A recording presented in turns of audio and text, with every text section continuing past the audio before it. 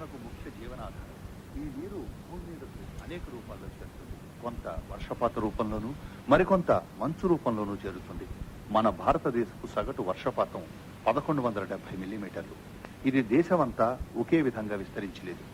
పశ్చిమ ప్రాంతాన 100 మిల్లీమీటర్ల వర్షపాతం ఉంటే, తూర్పు ప్రాంతాన 11,000 మిల్లీమీటర్ల వర్షపాతం కురుస్తుంది. ఇటువంటి భౌగోళిక అవరోధాల వల్ల కొన్ని ప్రాంతాలు కరువు ప్రాంతాలుగా మారుతున్నాయి. సరియైన వర్షాలు లేక పంటలు పండించలేకపోతున్నారు. త్రాగటానికి నీరు సమకూర్చుకోలేకపోతున్నారు. ఇటువంటి ప్రాంతాలను అభివృద్ధి పరిచేందుకు కృత్రిమ వర్షాలను కురిపించాలి అనే ఆలోచన మన శాస్త్రవేత్తలకు వచ్చింది. మరెన్నో పరిశోధనల ఫలితంగా పూర్తిగా కాకపోయినా కొంత మేరకైనా వర్షాలను కురిపించగలుగుతున్నాం. సాధారణంగా భూమి మీద ఉన్న నీరు ఎండకు ఆవిరై వాతావరణంలోని పై పొరలకు చేరి అక్కడ ఉష్ణోగ్రత తక్కువగా ఉండటం వల్ల నీటి ఆవిరి ద్రవీభవించి వర్షం రూపంలో భూమిని చేరుతుంది. సాధారణ పరిస్థితుల్లో ఆవిరైన నీరు దుమ్ము, ధూళి, వాయువులు కలిసి మేఘాన్ని ఏర్పరుస్తాయి. మేఘాల్లో ఉండే దుమ్ము కణాలు విడివిడిగా ఉండే నీటి ఆవిరి బిందువందు ఒకదానికోటి కలిసి ఉండేటట్టుగా చేయటం వల్ల చిన్న చిన్న నీటి బిందువులు ఒకదానికోటి కలిసి పెద్ద నీటి బొట్లుగా ఏర్పడి చినుకుల రూపంలో వర్షం పడుతుంది. ఇక్కడ దుమ్ము కణాలు ఉత్ప్రేరకాలుగా పనిచేస్తాయి. ఇలా వర్షపు బిందువులు ఏర్పడటానికి 2 సిద్ధాంతాలున్నాయి. మొదటిది సంలీన సిద్ధాంతం. దీని ప్రకారం ఒక నీటి అణువు ఉత్ప్రేరకంతో సంయోగం చెంది మరో నీటి అణువును ఆకర్షించి ద్రవరూపంలో ఉన్న నీటి బిందువుల వల్లే మారటం వల్ల వర్షం పడుతుంది. ఇటువంటి వర్షపాతం ఉష్ణమండలాల్లో ఎక్కువగా కురుస్తుంది. దీన్ని విశదంగా చెప్పుకోవాలంటే, ఒక గిన్నెలో నీటిని పోసి మూతపెట్టి బాగా మరిగించినప్పుడు మూత మీద నీటి ఆవిరి బిందువులు ఏర్పడతాయి. ఈ నీటి ఆవిరి బిందువులు దగ్గరగా ఉన్న రెండింటి మధ్య ఒక గుండు సూది గనక ఉంచినట్టయితే ఆ 2 నీటి బిందువులు కలిసి ఒక పెద్ద నీటి బిందువుగా ఏర్పడి పక్కకు జారిపోతుంది. ఇక్కడ గుండు సూది ఉత్ప్రేరకంగా పనిచేయటం వల్ల నీటి ఆవిరి బిందువులు నీటి బిందువులుగా మారుతున్నాయి. అలాగే మేఘాల్లోని 2 నీటి ఆవిరి బిందువుల మధ్య ఉండే ధూళి కణాలు ఉత్ప్రేరకాలుగా పనిచేసి నీటి ఆవిరి బిందువులను నీటి బిందువులుగా మార్చేస్తున్నాయి. ఇక రెండవ సిద్ధాంతం మంచు స్ఫటిక సిద్ధాంతం.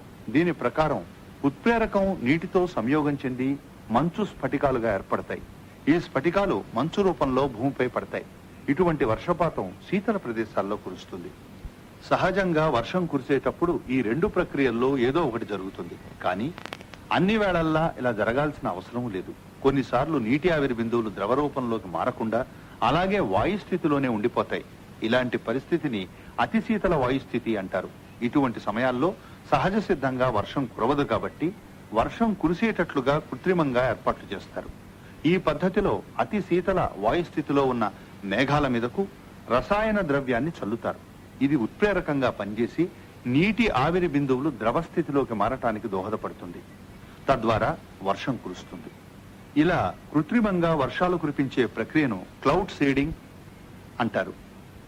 దీన్నే మేఘమథన ప్రక్రియ అని కూడా అనొచ్చు. సాధారణంగా ఈ మేఘమథన ప్రక్రియలో వాడే రసాయన ద్రవ్య పొడులు ఘన రూపంలోని కార్బన్ డయాక్సైడ్, సిల్వర్ అయోడైడ్, సాధారణ ఉప్పు, అనార్ధ కాల్షియం క్లోరైడ్, శుద్ధ యూరియా వంటివి ఉన్నాయి.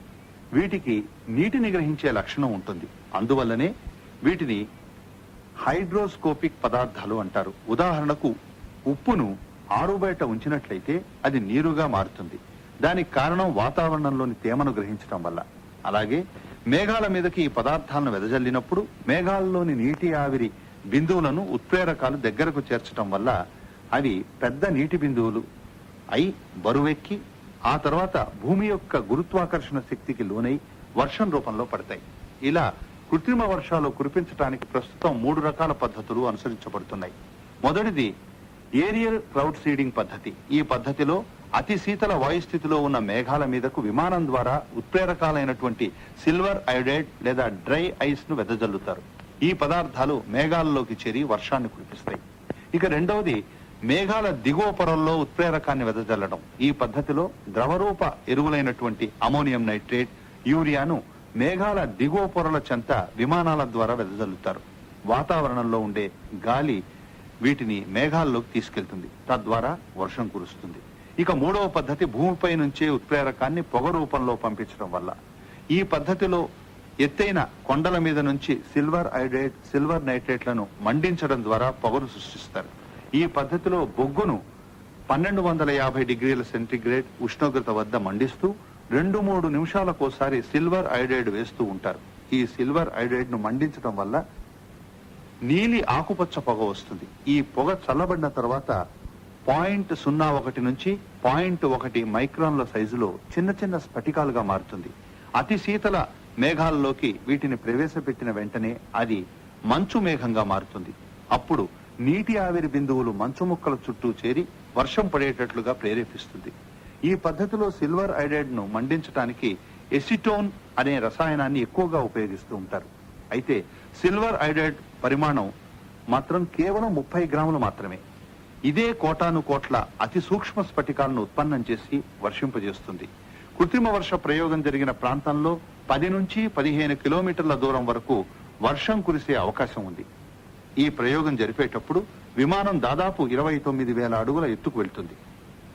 కృత్రిమ వర్ష ప్రయోగం జరిపే చోట రాడార్ కేంద్రాన్ని ఏర్పాటు చేసుకుని దానికి 250 కిలోమీటర్ల వరకు ఉన్న మేఘాల పరిస్థితిని అంచనా వేస్తారు. మేఘాలు ఎంత ఎత్తులో ఉన్నాయి, దానిలో ఉండే తేమ శాతం ఎంత, ఆ మేఘం యొక్క మందం ఎంత ఇత్యాది వివరాలన్నీ పరిగణనలోకి తీసుకుని అనుకూలంగా ఉన్నప్పుడు మాత్రమే కృత్రిమ వర్ష ప్రయోగం జరపబడుతుంది.